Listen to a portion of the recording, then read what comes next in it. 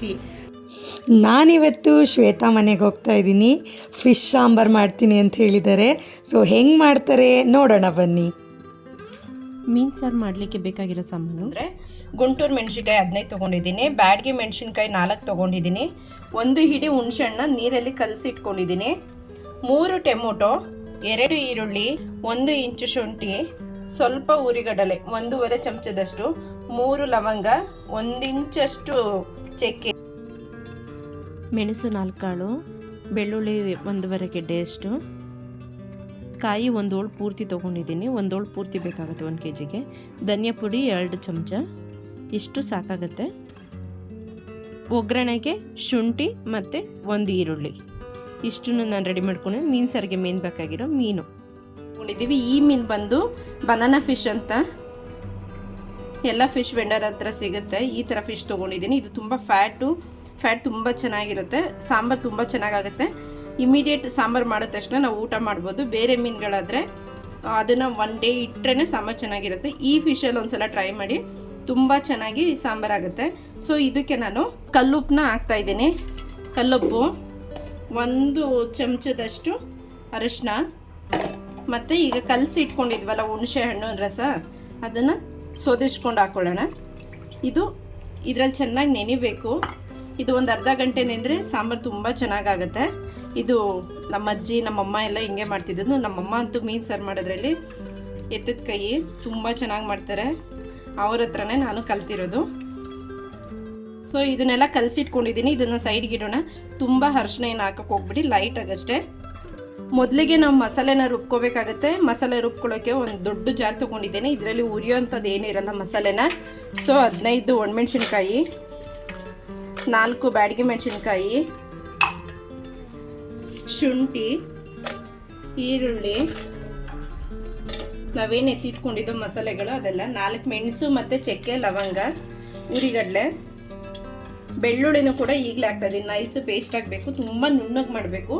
ಕಾಯಿ ತುರಿ ಮತ್ತು ಟೊಮೊಟೊನ ಹೋಲ್ಡಲ್ಲಿ ಇಟ್ಟಿದ್ದೀನಿ. ಈಗ ರುಬ್ಬಣ ಬನ್ನಿ. ಎಲ್ಲ ಜಾರ್ಗೆ ಹಾಕೊಂಡಾಗಿದೆ. 1 ರೌಂಡ್ ನೀರು ಹಾಕ್ತೇನೆ, 1 ರೌಂಡ್ ತಿರುಗಿಸೋಣ. ಇಷ್ಟಾಗಿದೆ. ಸೊ ಇದಕ್ಕೆ ಸ್ವಲ್ಪ ನೀರು ಹಾಕೋಣ, ಜಾಸ್ತಿ ನೀರು ಹಾಕ್ಬೇಡಿ. ಇದಿಷ್ಟು ಪೇಸ್ಟ್ ಆಗಿದೆ, ನೋಡ್ತಾ ಇರ್ಬೋದು. ಇದಕ್ಕೆ ನಾವೀಗ ಕಾಯಿ ತುರಿ ಸೇರಿಸ್ಕೊಳ್ಳೋಣ. 1 ಹೋಳು ಪೂರ್ತಿ ಹಾಕಿದ್ದೀನಿ. ನಿಮ್ಗೆ ಎಷ್ಟು ಬೇಕಾಗಿ ಸಾಂಬಾರು ಎಷ್ಟು ಕನ್ಸಿಸ್ಟೆನ್ಸಿ ಬೇಕು ಅಷ್ಟು ಮಾಡ್ಕೊಳ್ಳಿ. ನನಗೆ 1 kg ಮೀನಿಗೆ ಮಾಡ್ತಾಯಿದ್ದೀನಿ. 1 ಹೋಳು ಪೂರ್ತಿ ಹಾಕಿದ್ದೀನಿ. ಸೊ ಇದು ರುಬ್ಬೋ ಟೈಮಲ್ಲೇ ನಾವು ಸ್ವಲ್ಪ ಧನಿಯಾ ಪುಡಿ ಮತ್ತು ಟೊಮೊಟೊನ ಸೇರಿಸ್ಕೊಳ್ತಾ ಇದ್ದೀನಿ. ಟೊಮೊಟೊನ ಹಾಕಿದ್ದೀನಿ. ತುಂಬ ಈಸಿ ಇದೆ ರೆಸಿಪಿ. ಇಷ್ಟೇ ಐಟಮು, ಇಷ್ಟೇ ಕೆಲಸ ಇದರಲ್ಲಿ ಇರೋದು. ಇದನ್ನು ರುಬ್ಕೊಳ್ಳೋಣ.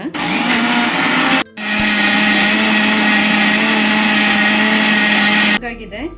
ಈಗ ಒಂದು ಸ್ವಲ್ಪ ಕೊತ್ತಂಬರಿ ಸೊಪ್ಪನ್ನ ಆ್ಯಡ್ ಮಾಡಿದ್ದೀನಿ ನಾನು. ಇದೊಂಚೂರು ಗ್ರೈಂಡ್ ಮಾಡಿಬಿಟ್ಟು ಕಂಪ್ಲೀಟಾಗಿ ನೈಸ್ ಆಗಿದೆ, ಫುಲ್ಲು ಫೈನಾಗಿ ಪೇಸ್ಟ್ ಆಗಿದೆ. ಎಷ್ಟು ನೈಸ್ ಆಗಿರುತ್ತೆ ಅಷ್ಟು ಚೆನ್ನಾಗಿ ಸಾಂಬಾರು ಬರುತ್ತೆ. ಸೊ ಜಾಸ್ತಿ ಕೆಲಸ ಏನಿಲ್ಲ. ಮೀನು ಸಾಂಬಾರು ತುಂಬ ತಲೆನೋವೇನಿಲ್ಲ, ಬೇಗನೆ ಆಗುತ್ತೆ. ವಿತಿನ್ 15 ಮಸಾಲೆಗೆಲ್ಲ ಐಟಮ್ ರೆಡಿ ಇದೆ. ಒಂದು 15ರಿಂದ 20 ನಿಮಿಷದಲ್ಲಿ ಸಾಂಬಾರು ರೆಡಿ ಆಗಿಬಿಡುತ್ತೆ. ಸೊ ಬನ್ನಿ ಈಗ ಸಾಂಬಾರು ಮಾಡೋದು ಹೇಗೆ ಅಂತ ತೋರಿಸ್ಕೊಡ್ತೀನಿ. ಅಲ್ಯೂಮಿನಿಯಂ ಪಾತ್ರೆ ಬಳಸಬೇಡಿ, ಸ್ಟೀಲ್ ಪಾತ್ರೆಯಲ್ಲೇ ಸಾಂಬಾರು ಮಾಡಿ, ತುಂಬ ಚೆನ್ನಾಗಾಗುತ್ತೆ. ಸೊ ಆಳ ಇರಬೇಕು ಮತ್ತು ಅಗಲ ಇರಬೇಕು. ಈ ಥರ ಸೌಟ್ನೇ ಬಳಸಬೇಕಾಗತ್ತೆ.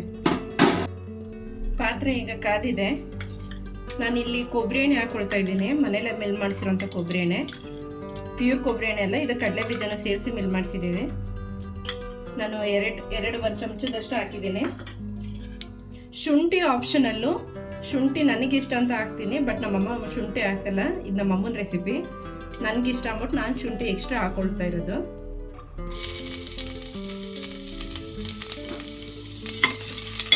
ಶುಂಠಿ ಒಂಚೂರು ಫ್ರೈ ಆಗ್ತಿದ್ದಂಗೆ ಈರುಳ್ಳಿ ಹಾಕೋಣ. ಇನ್ನೇನೆಲ್ಲ ಒಗ್ಗರಣೆಗೆ ಇಷ್ಟೇ. ಕೆಲವು ಸಾಸಿವೆ, ಕರಿಬೇವು ಎಲ್ಲ ಹಾಕ್ತಾರೆ. ಏನು ಹಾಕೋಕೆ ಹೋಗ್ಬೇಡಿ, ಇಷ್ಟೇ ಮಾಡಿ. ಈ ಸಾಂಬಾರನ್ನ ಒಂದು ಸಲ ಟ್ರೈ ಮಾಡಿದ್ರೆ ನೀವು ರಿಪೀಟೆಡ್ಲಿ ಮಾಡೇ ಮಾಡ್ತೀರಾ, ಅಷ್ಟು ಟೇಸ್ಟಿಯಾಗಿರುತ್ತೆ. ಇಲ್ಲಿ ಶುಂಠಿ ಮತ್ತು ಈರುಳ್ಳಿ 2 ಫ್ರೈ ಆಗಿದೆ. ಇಷ್ಟೇ ಒಗ್ಗರಣೆ. ನಾವು ರುಬ್ಕೊಂಡಿರೋಂಥ ಮಸಾಲೆನ ಇದು ಹಾಕ್ತಾಯಿದ್ದೀನಿ. ಮಸಾಲೆಗೆ ಈಗಲೇ ನೀರು ಹಾಕೋಂಗಿಲ್ಲ, ಕಂಪ್ಲೀಟ್ ಮಸಾಲೆ ಹಾಕಿ ನೀಟಾಗಿ ಫ್ರೈ ಮಾಡ್ಕೊಬೇಕು.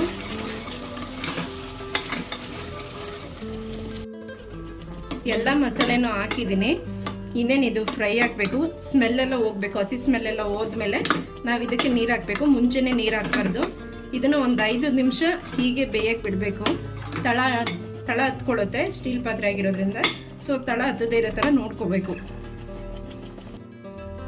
5 ನಿಮಿಷ ಫ್ರೈ ಆಗಿದೆ, ಇದು ಬೆಂದಿದೆ ಕೂಡ, ಸ್ಮೆಲ್ಲೆಲ್ಲ ಹೋಗಿದೆ. ಈ ಟೈಮಲ್ಲಿ ನಾನು ಜಾರಿಗೆ ಒಂದು ಲೋಟದಷ್ಟು ನೀರು ಹಾಕ್ಕೊಂಡು ತೊಳೆದಿಟ್ಕೊಂಡಿದ್ದೀನಿ. ಈ ನೀರನ್ನು ಹಾಕ್ತಾಯಿದ್ದೀನಿ. ಇದರಲ್ಲಿ ಮಸಾಲೆ ಇತ್ತಲ್ಲ ಅದನ್ನು ಸೇರಿಸಿ ಜಾರ್ ತೊಳೆದೋದು ನೀರು ಹಾಕಾಯಿತು. ಸೊ ಇದಕ್ಕೆ ಇನ್ನೂ 2 ಲೋಟದಷ್ಟು ನೀರನ್ನ ಜಾರಿಗೆ ಹಾಕ್ಕೊಂಡಿದ್ದೀನಿ. ಅದನ್ನು ಹಾಕಿ ಮಸಾಲೆ ಎಷ್ಟು ಹದ ಬೇಕು, ನಮಗೆ ತಿಳ ಎಷ್ಟು ಬೇಕು ಅಷ್ಟು ತಿಳವಾಗಿ ಮಾಡ್ಕೋಬೇಕು.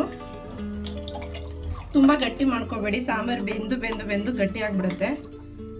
ಇದಕ್ಕೆ ಇನ್ನೂ ಸ್ವಲ್ಪ ನೀರು ಹಾಕೋಣ.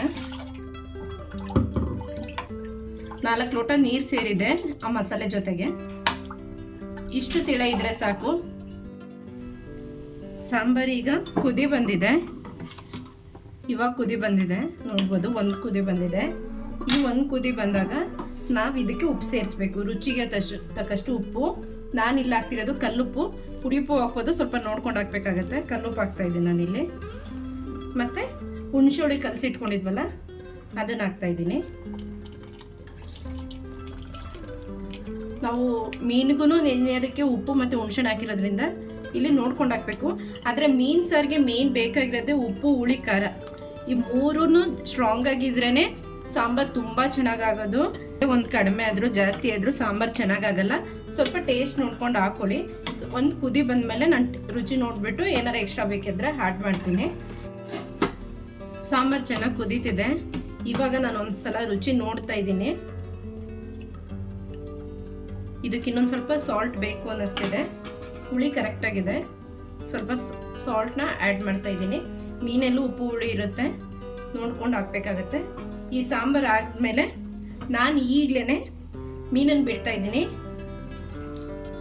ಸೈಡಿಂದ ಬಿಟ್ಕೊಂಡೋಗಿ ಒಂದೊಂದನ್ನೇ ನೀಟಾಗಿ ಒಂದ್ರ ಪಕ್ಕ ಒಂದು ಬಿಡಿ.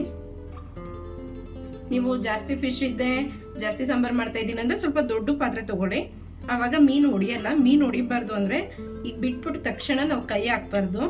ಮೀನು ಹೊಡಿಯದಿರೋ ಥರನೇ ಮಾಡ್ಬೋದು. ಚೆನ್ನಾಗಿ ಬೇಯಿಸ್ಬೇಕಾಗತ್ತೆ. ಮೀನು ಹೊಡಿಬಾರ್ದು ಅಂದರೆ ತುಂಬ ಚೆನ್ನಾಗಿ ಸಾಂಬಾರು ಬೇಯಬೇಕಾಗತ್ತೆ. ಬೆಂದರೆ ಮೀನು ಹೊಡಿಯಲ್ಲ. ಇದರಲ್ಲಿ ನೋಡ್ಬೋದು ನೀವು ಎಷ್ಟೊಂದು ಫ್ಯಾಟ್ ಇದೆ, ತುಂಬಾ ಫ್ಯಾಟ್ ಇದೆ.